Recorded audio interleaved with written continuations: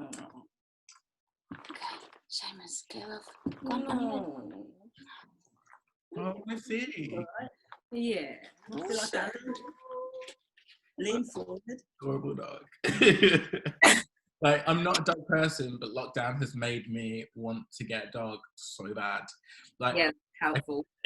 I could never like keep it up. I'm not like I don't have a routine. Like, I'm not a person that can run on a schedule.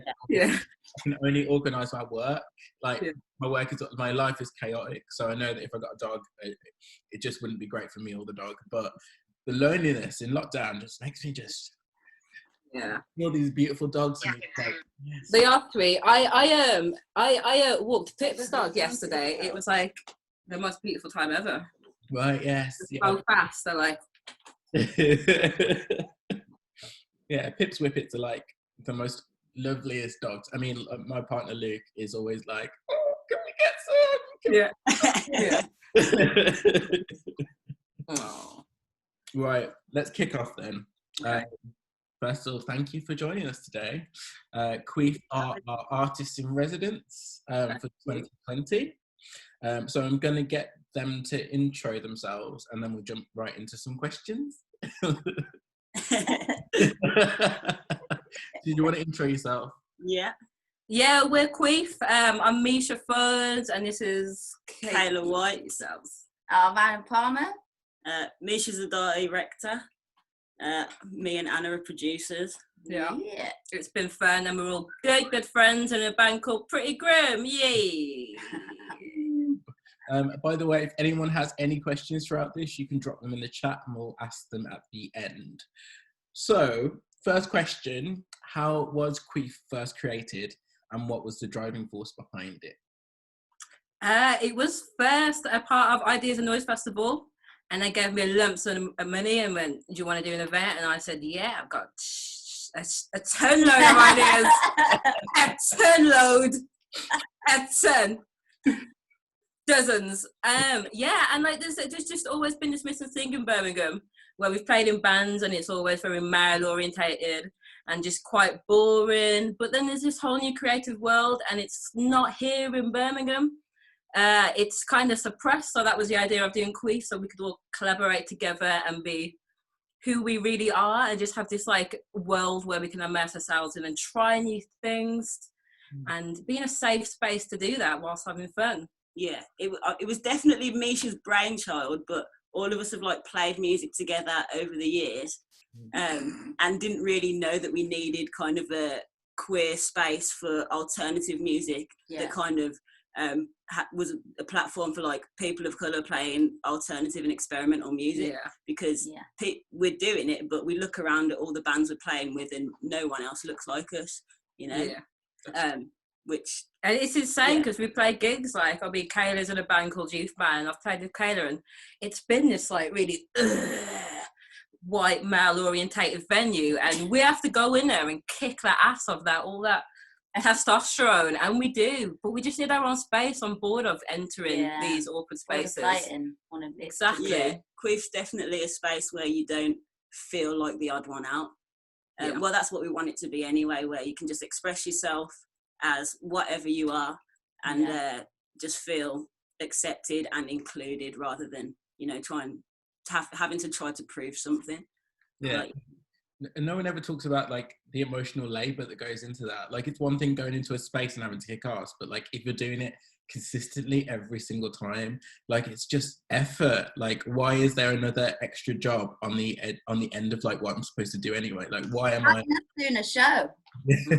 Yeah, it's insane amount of pressure. That's the thing. Like I mean, you know, you can't, the shared experience and this personal experience, but if we don't have choice and we can make different choices to be in our own city and have a safe queer venue or a safe queer event that doesn't let us express ourselves, then what the hell are we doing? Yeah. So, and what the hell are we doing? And even if like there have been spaces where they're accepting of, you know, the fact that we're black and the fact that we're queer, but we're still the only ones that are black and queer in the room. Yeah. It's like, that's fine. That's all good. And like, I love all our allies, but also just want people that look like me, that, you know.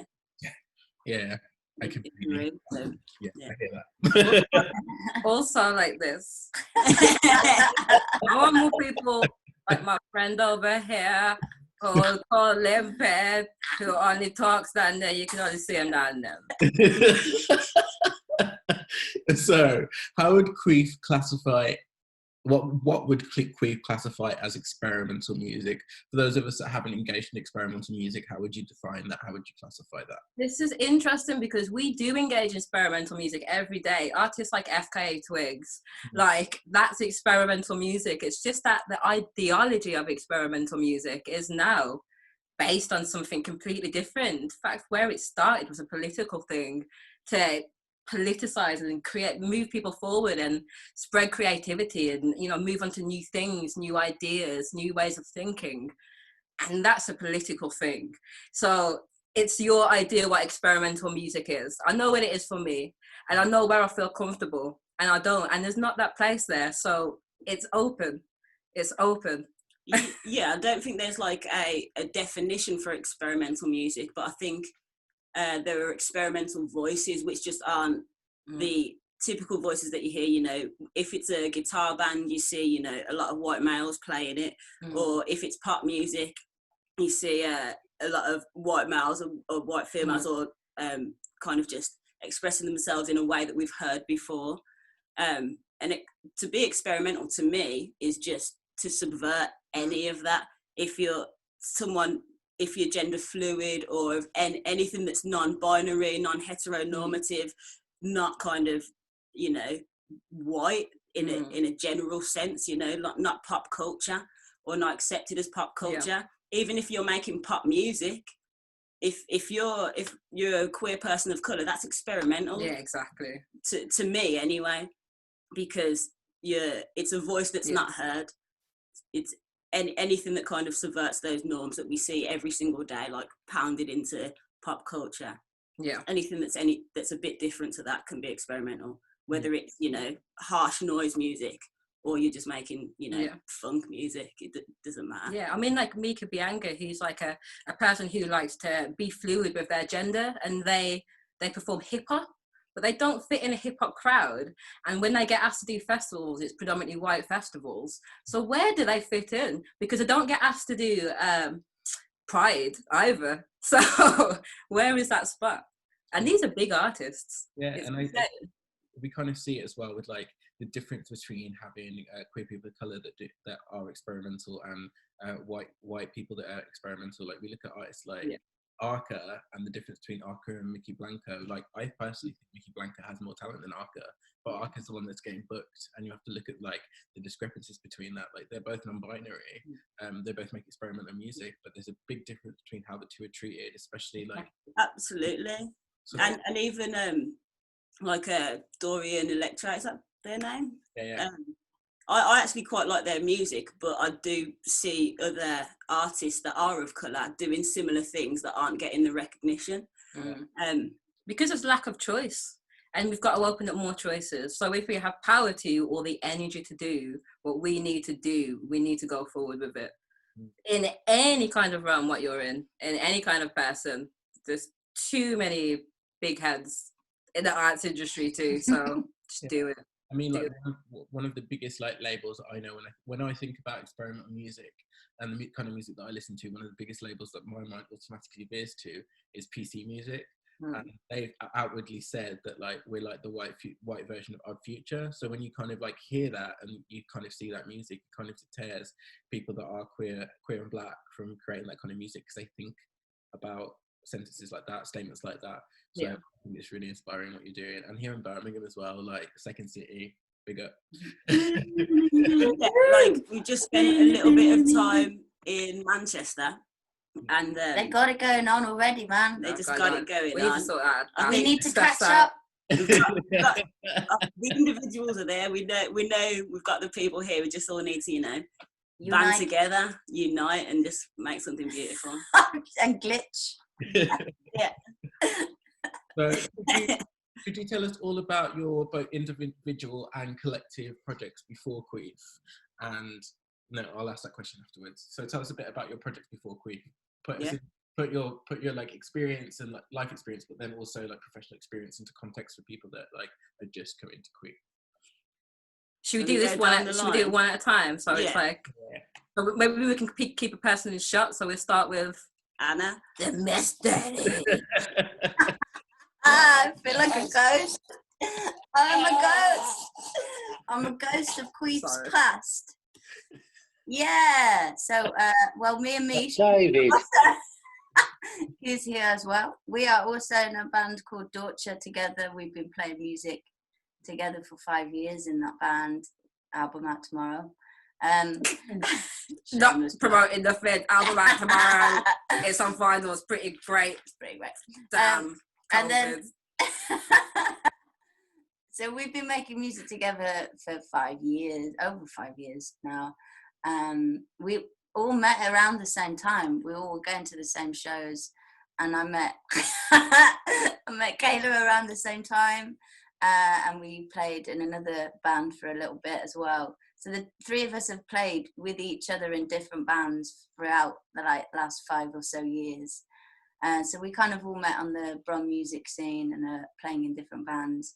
I've also worked for Supersonic Festival for 3 years. I left last year, but yeah, I learned a hell of a lot about live events and working in the experimental music field. And yeah, I've got to meet a lot of amazing people over the last few years, and I think that we've all been on, different journeys, but have similarities in our stories of recognizing things that we want to see more of, and things that are lacking in our lives that we want to bring together and make see happen in our precious Brum, because we don't want to give up on it just yet, man. We want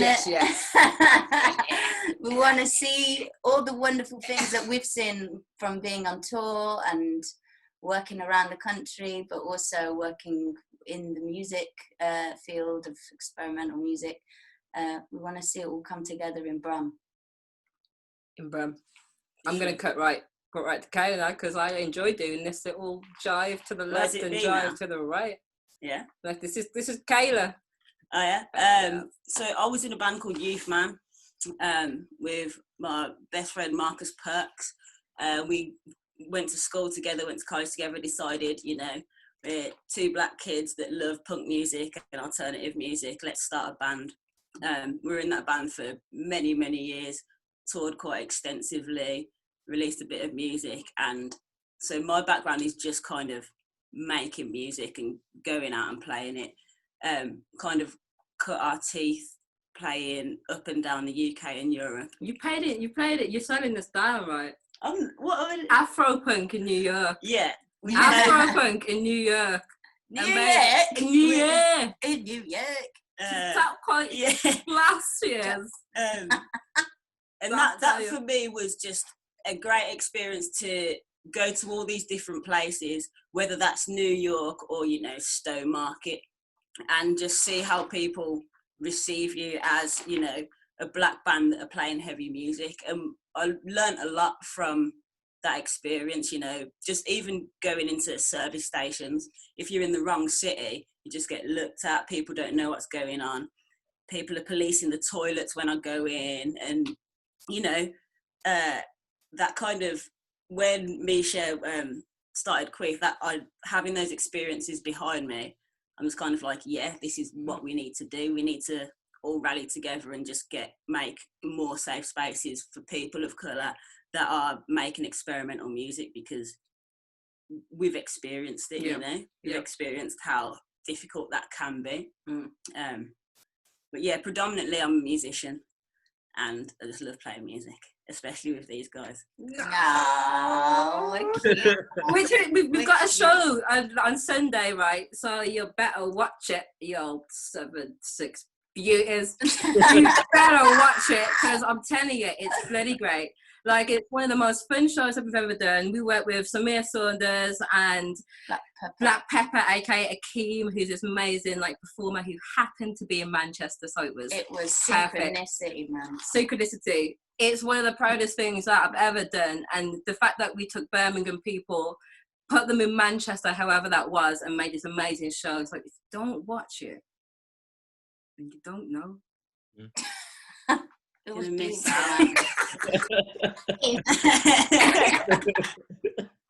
So let's move on to your artist in residence lot. So tell people a little bit about what you're working on for the festival, not just for this festival, but what you're planning in the future. Coming up at LGBT History Month, hopefully taking place in an actual space if we can make it socially distanced and safe by then. So tell us a little bit about the plans. The plans, well, we've got coming up, we're doing commissions of 6 pieces, and now that's going to be paid work, because that's what we want to give to the people we love. And we're going to do the 6 more commissions that anyone can apply for. If you go to Gmail at Queef, queeflife.life@gmail.com. queef.life@gmail.com, right? Send us your stuff in, and we would love to work with you at some point. We've got loads of things planned up. Yeah. In February, we're going to offer some workshops so we can introduce people into some of the analog music that we're interested in, some of the experimental Electronic music stuff. And how that connects with the history of electronic music and how political it was in the queer scene. And the fact that we're losing it is we're losing power. So let's push back. So that will be in February. I'm sure these can give you more details about it. I'm too excited. Yes, this will be, go on, mate. And we're gonna try and get a collaborative project going. So any kind of artists that want to send us their content, we'll try and put people together from different kind of artistic fields, whether that's, you know, a musician and a performance artist, or a dancer and a visual artist, or whatever. Send us all your stuff, and we'll kind of try and pair you up so you can make something beautiful. And send it in any format too. I mean, like, the thing is, we're so like separate in our queer world in Birmingham. We've got poetry people, we've got music somewhere, and like then we've got like drag. You know, we've got to come together and do an amazing show, because we'll get more funding, to be honest. All of us come together, then we can get rid of stuff. And then we can make our own clubs. Then we'll do our own pride. We'll do an alternative pride. So whatever. Yeah, we just want to get people from different artistic fields together working. Like the last week that we spent in Manchester, us as musicians, and then Akeem as a poet, and Samir as a poet, and Akeem as a dancer. It all came together so beautifully. So we don't need to have all these separate scenes. Definitely. With all these talented queer people, you know. But it'll all come together in a one-day event, we're thinking, in February. So we'll have the 6 shorts, a one-off new collaboration between 2 artists, and the workshop, and that will be an offering that we put out in February as part of LGBT History Month. I'll only part be there. I've got 2 more questions. Well, no, I've got 3 more questions for you.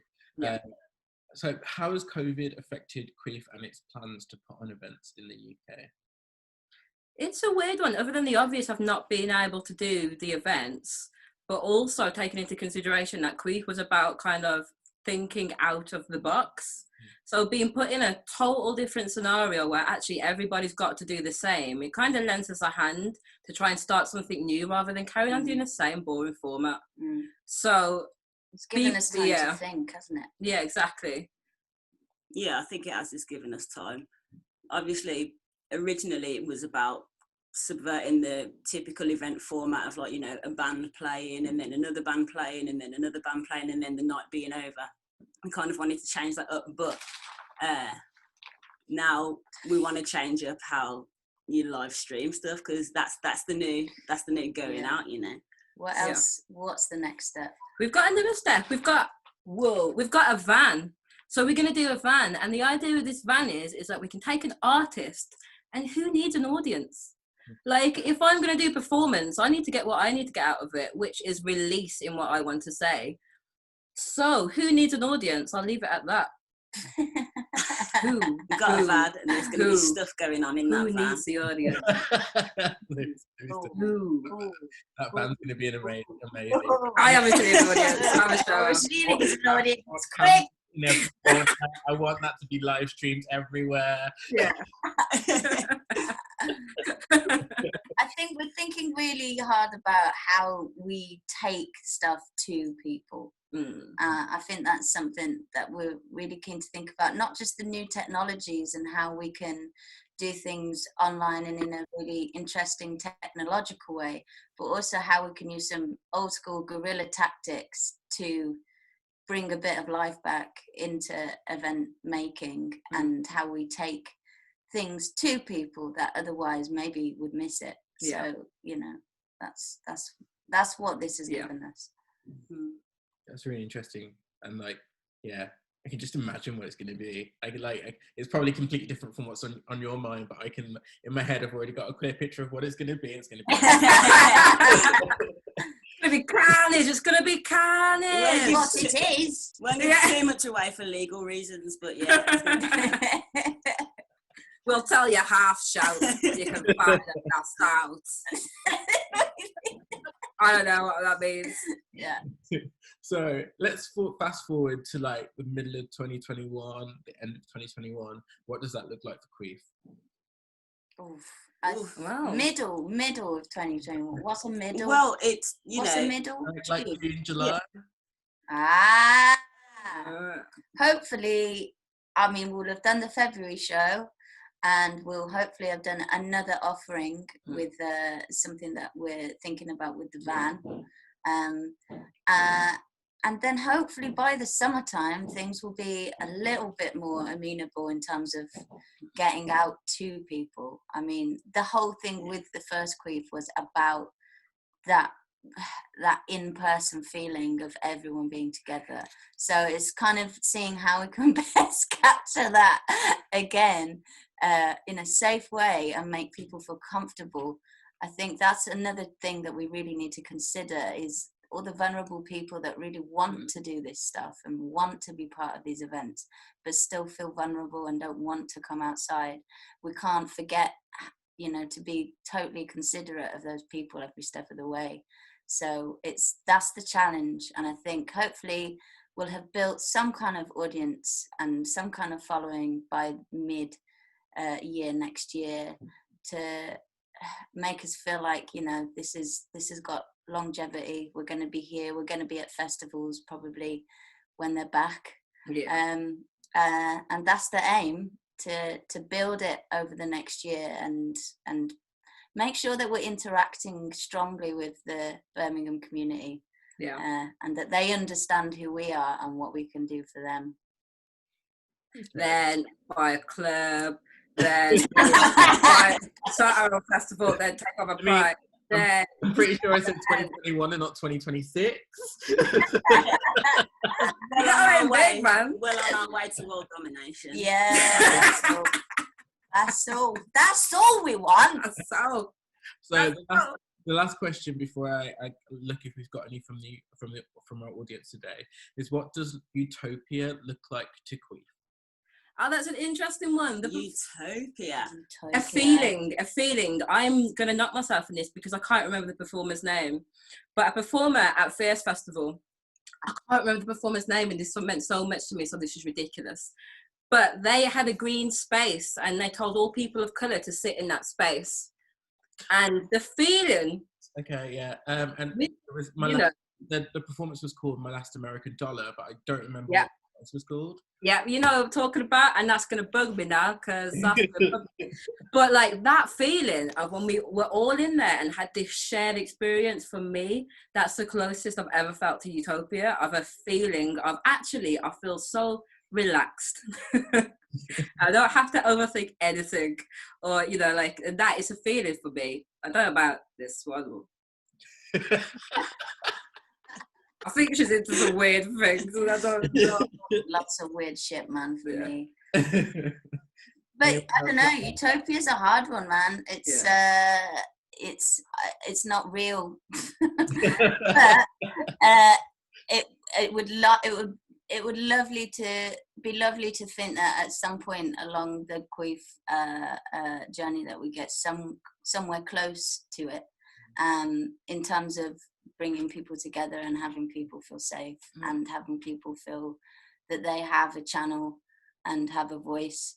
I think Utopia is quite hard to think about right now. I think it's because it's like utopia is a thing when it's like an ever. So you can have a utopia in any sense, but reality is what we've got to change, isn't it? Yeah, but like maybe it's not actually utopia, reality. but for me, it would be like the point in the night. Say if you go out to an event and you're having a really good time, and it's the point in the night where you're not aware of anyone else around you. You kind of get lost in the music. When you're dancing on and your you're dancing really hard when on you're your doing own, that, and you don't care. And there's nothing else, and it only lasts about 4 seconds. Yeah, it's true. And then you kind of snap back into the room. Those 4 seconds are utopia. Yeah. So maybe it's like, do you know when you really we like get into prolong the that dance? for at least an hour? That would be great. maybe it'd be too much. It's like pure overwhelming because you've had to. Yeah.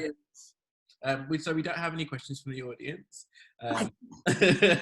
But to anyone that missed the beginning of this, because I know we had some latecomers, this will be available on our YouTube in its entirety in about an hour or 2 hours time.